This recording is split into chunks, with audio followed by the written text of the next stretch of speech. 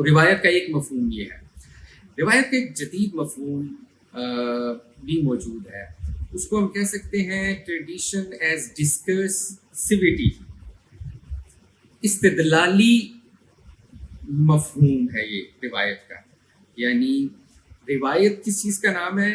یہ لوگ یہ کہتے ہیں کہ روایت اصل میں ڈائلاگ کا نام ہے، روایت اصل میں ڈسکرسیوٹی کا نام ہے.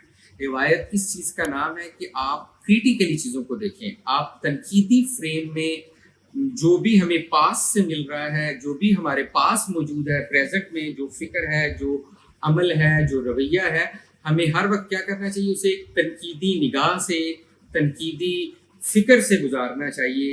اور یہ جو ڈسکرسیوٹی ہے یہ بہت زیادہ امپورٹنٹ ہے پریکٹس کے ساتھ، یہ بہت زیادہ جڑی ہوئی ہے لینگویج کے ساتھ.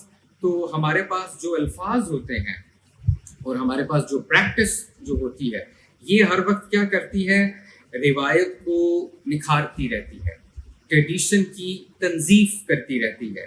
جو بھی ہمیں ماضی سے ملا ہے یا ملتا ہے اس کو نکھارتی رہتی ہے. تو ہمیں کرنا یہ چاہیے. اس کے علم بردار کون ہے؟ اس کے علم بردار آج کل طلال اسد جو کہ امریکہ میں ہے. علامہ اسد کو اگر آپ جانتے ہیں تو ان کے بیٹے ہیں. وہ روایت کے اس مفہوم کو، یہ ٹریڈیشن کی اس